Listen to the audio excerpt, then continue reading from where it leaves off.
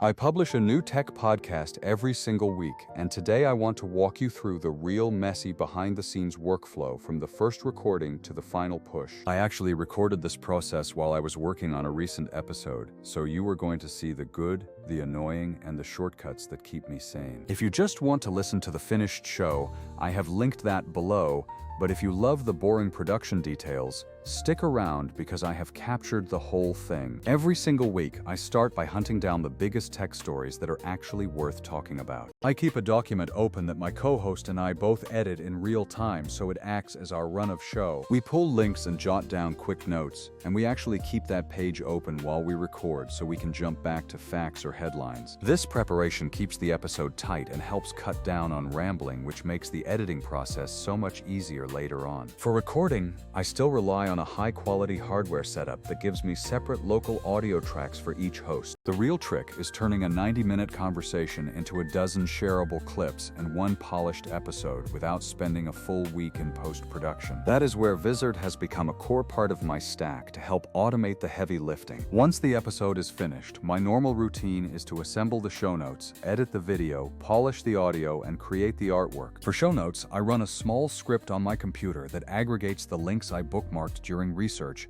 and spins up a raw document with a suggested title. I usually refine the title manually because titles are the first impression for new viewers, and I do not want anything too inside-jokey. Now for the editing, I upload the raw files, apply the brand overlays, check the audio levels, and drop in the intro music. For long-form content, I split out the main episode from the bonus material that goes to our paid subscribers. That cut point is incredibly easy to find in the transcript, so I just search for my sign-off line and make a separate export for the bonus episode. Here is the part people ask about the most, which is creating short clips for promotion. I used to do this manually, but scrubbing the recording to find energetic moments was taking way too long. What sold me on Vizard is that it automates the whole clip finding process with surprisingly good taste. It analyzes the long video, finds punchy moments, and pulls them into vertical-ready clips with captions already applied. Usually the tool generates a batch of clips based on engagement signals and the energy of the conversation.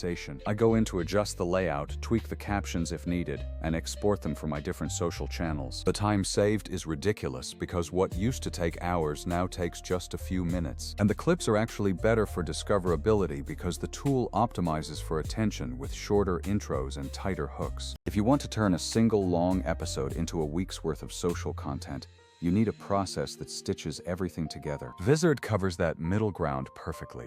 It does not replace my video editor, but it does the heavy lifting of clip discovery. After I have got my clips, I work on chapter markers for the long video so people can jump to the parts they care about. For audio, I pull the raw tracks into my favorite editor on my tablet because I like tactile mixing. I have templates set up so my intro and outro music and my channel-specific settings are already there. I also add custom chapter artwork for the audio player, which helps the episode stand out in apps like Spotify. For exporting, I render a 4K full-length video for YouTube, a private video for the bonus content, and a bunch of vertical clips. One workflow tip: keep a consistent folder structure in your cloud drive with the episode slug so you never lose files. Publishing is where the automation stack really pays off because everything is streamlined. For thumbnails and podcast artwork, I use a dedicated design tool to pull strong frames from the raw video. I like to overlay relevant imagery from the stories we covered and apply a clean gradient so it reads fast on mobile. Now for the smart bit. Instead of manually planning every social post, I use the auto schedule and content calendar. I set how often I want posts published, and the tool queues them up, posts them at optimal times, and gives me a calendar view. The content calendar keeps everything consistent so my channel does not go cold after launch week. I also link the long video in my podcast host so if people prefer to watch on YouTube, they can click right through. Not all tools handle metadata and SEO equally, but I like that my process ties the clip exports to the calendar and pushes standardized tags. Promotion-wise, I do not just post and forget, but I mix immediate posts with a cadence over several days. For some episodes, I run an experiment where I post 2 thumbnails to YouTube to A/B test titles and visuals. If you are serious about growth, those micro-tests can reveal exactly what hooks different audiences. By the time everything is uploaded and scheduled, the episode is live, the audio is out, and verticals are rolling across socials. I have noticed increased listens when an episode has video attached. because people who find you on Spotify are more likely to follow. So that is the full loop.